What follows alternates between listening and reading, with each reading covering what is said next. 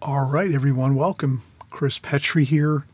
We're going to have another great tutorial. We're going to actually cover water and paint ratios with your watercolor brush. This is something that gets overlooked all the time in watercolor, and I want to make sure that everyone here on my channel, all of you that are out there, and if this is your first time here, welcome. Thank you for coming by. This is something that as a watercolor artist, you have to actually really understand fully and utilize the techniques here and the methods that we're going to show you with the water and paint ratio that you have within your watercolor brush. So this is a sable brush which carries quite a bit of water, and sometimes I always mention I always tell beginners, hey, start out with synthetic brushes, because synthetic brushes hold less water. They don't have as much carrying capacity as far as water goes in the brush hairs itself. So, but many of you might be painting a while and you've purchased some really good brushes. You know, that was my goal when I first started watercolor painting was, hey, let me get some of those really good brushes that I see all the pros using and out there on DVDs and YouTube videos. I was watching all the pros and going, wow, yeah, they're using all these sable brushes. I kept hearing sable brushes. So I got my own, I was excited about it, and I said, hey, I got to get myself some sable brushes too. And I got sable brushes, and I realized, wow, they can be a little bit, difficult in some respects because they hold so much water. Sometimes you go in there and you pick up water in your sable brush, and it's flooded with water. And then if you go into your palette and start working and getting some colors and things like that, you can wind up flooding out your palette with too much water. And you can also have too much water on your brush and your paint as you go to your paper to do your washes. So this is what I'm going to key in on this video, is how you can get really beautiful washes and make sure that you're not overlooking the fact that how much water that's in your brush hairs is really powerful and incredible and a really important thing to know about and to exploit as a watercolor artist. You want to make sure you totally understand that one of the keys to great looking watercolor paintings is being able to control the water that's in your brush hairs so that you don't flood out your washes on your paper. And I'll show you exactly what I mean right now. So let's start out. Let's make a couple, maybe one swatch here. So I'll just take a swatch like this, just a small rectangle here we'll make, and that'll be our first swatch. And what we'll do is we'll kind of show what not to do. So we're going to say, let's pretend I'm showing you what not to do. So what not to do would be go in, get your brush, rinse off your brush, and then you put your brush in the water like this, and then you go straight in to your palette like this, and you go to your palette like this, and you do this onto your paper like this.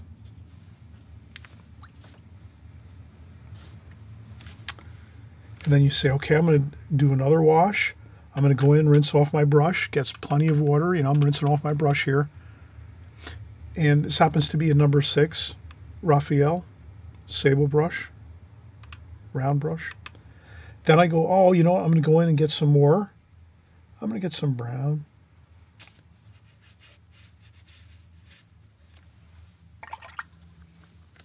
Okay, I like these two colors a lot. I really enjoy earth colors, browns, golds, umbers. But let's look at this right now and say, wow, we've flooded a lot of water on the paper. Now, if we constantly paint like this, where we're going in, rinsing off the brush, and then going right into the... First of all, what we're doing is we're flooding out the palette. Can you see how I'm flooding out this section of my palette, and over here too in the brown, there's really large puddles of water. We don't want to do that so much. We want to kind of avoid this. So how you avoid this type of situation is first of all, let me just do a quick,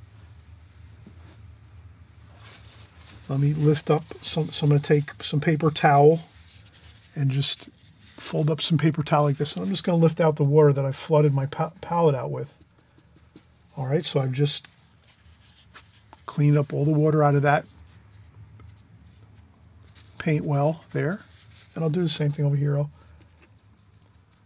clean up some of that water that was flooded in my palette because I wasn't really understanding that this is a key to watercolor painting, making sure that I keep a track of how much water is in my brush. So that's where we're going to do now. We're going to show you how you can use a sponge. You can use some paper towels. I like to use tissues. I hold a tissue usually in my hand all the time when I paint.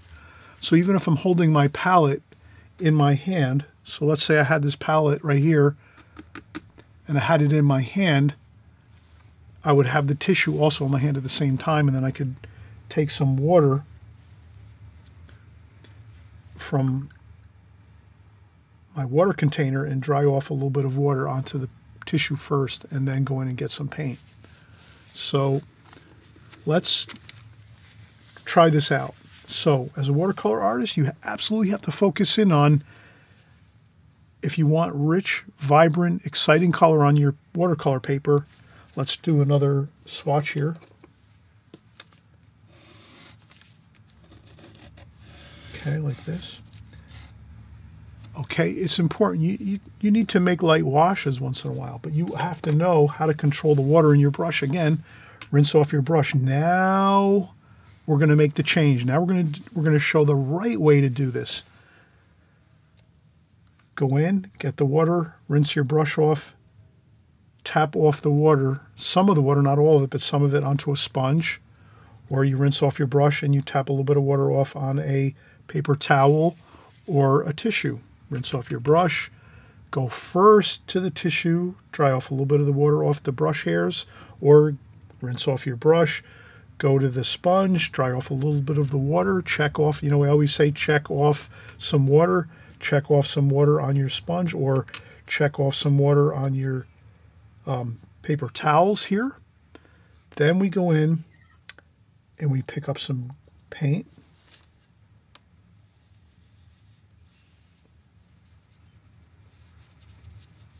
And then you can see look how rich and vibrant that color is.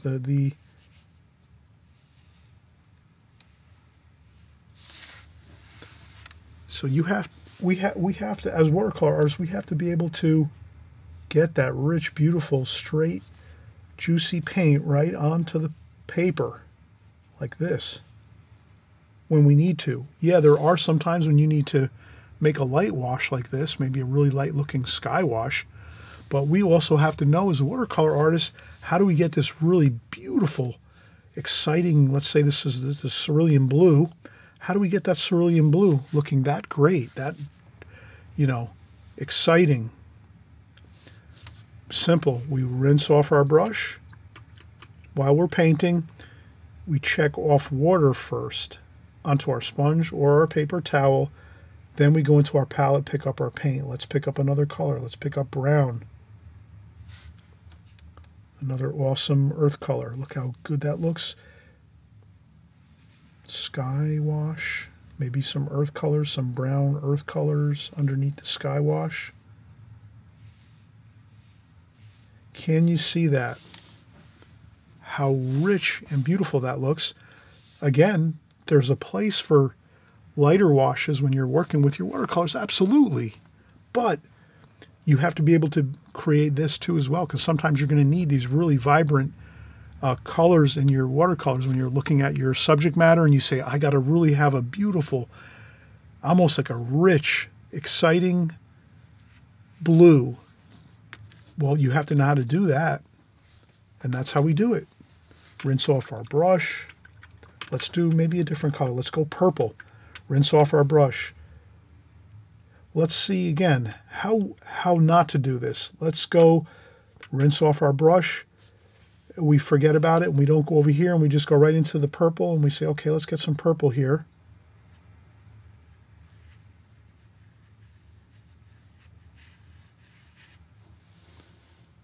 Ooh, well, that could look good in some situations, but how do we control it a little more? How do we need to control our washes. Let's do it.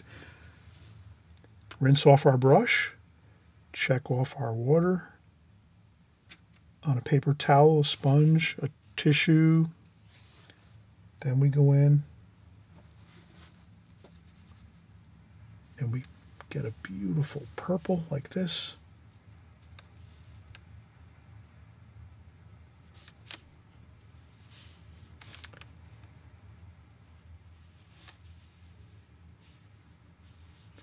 Does that look great or what? Yes, again, we do want to create some light washes once in a while. That's for sure. But we also have to remember we need to be able to create this effect, which is the darker tonal values using really pure pigment when we're painting. So that's the key to this video is, as watercolor artists, we must be able to get both the lighter washes and the rich, exciting washes, the exciting colors onto our paintings like this. And the way we do that, of course, is we rinse the brush off and then we check the water off first. Then we go to our palette. Let's do it another little bit here. Let's go, we'll get some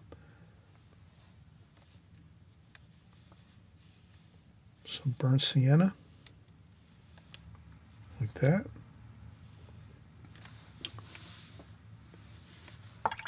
Does that not look good? That looks fantastic. All right, let's do it one more time here.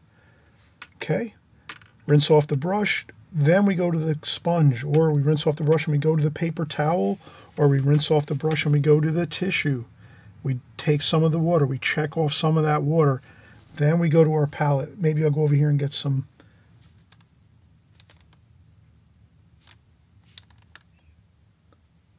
cadmium red. Doesn't that look great? Wow, that looks great.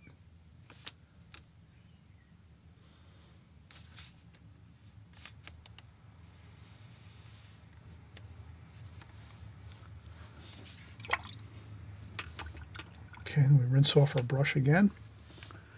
Maybe we'll do some green. Let's get a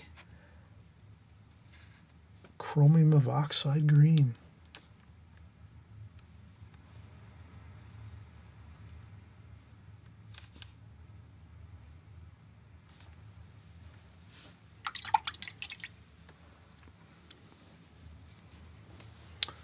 Let's practice a little more here. Rinse off brush, check off some of the water.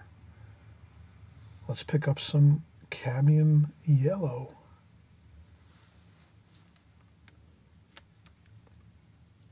Some of these colors, I guess, are, well, yeah, they're on the camera actually. All right, so yeah, you can see my palette. You can see the colors I'm using.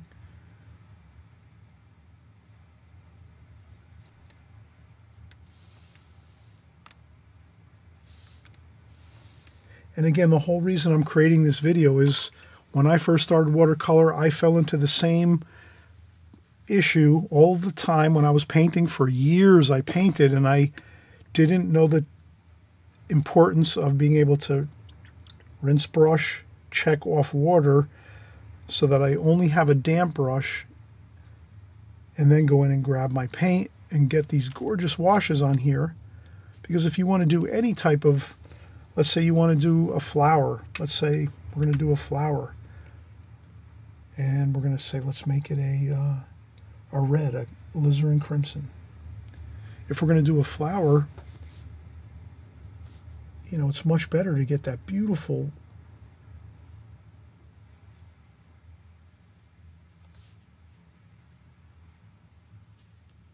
exciting color on there. Versus if we just go in and get our brush, we rinse our brush,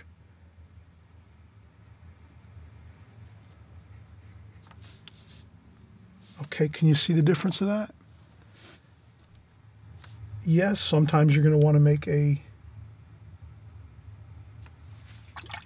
we'll want to dry off our brush hairs with a tissue, or again, and then we can make some lighter washes like that. Maybe it's a little lighter up on top of the flower shape here that we're doing. But if we don't check off the water, all of our flowers and all of our subject matter that we're painting is going to wind up looking very light and faded looking and washed out like this and like this. You can kind of see that, how this looks very light, washed out looking. Again, you can always, there's a place all of the time in all of our watercolor paintings, yeah, we want some light washes here and there. Depends on what you're painting. So you have to look at your painting and look at your subject matter and say, oh yeah, does that make sense? You look at your subject matter and you go, oh yeah, there's some light washes, but we also have to realize that there's going to be some really rich, exciting washes that we're going to need to create like this. And the only way you're going to be able to do that is if you really use that, key in on that idea of water and paint ratio on your brush hairs. And again, that the way you get these rich, vibrant colors anytime you want to is simple as this. Rinse the brush, take off and check off some water either on, again, sponge, tissue, paper towels. I use my apron. Sometimes I rinse off my brush and I come over here and I tap it on my apron on my chest like this. And then I go over here and then I'm ready, and then I can say, okay, what am I going to do next? Okay, let's make a yellow flower.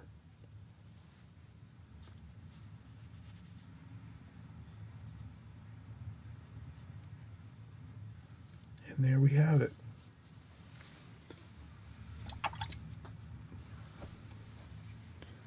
All right, I hope this is helpful. I hope you really enjoyed this video, this tutorial. And I always say, hey, if you enjoy my videos, and if this is your first time, again, welcome. But I always say subscribe on the right-hand side below. There's a subscribe button on the right-hand side below.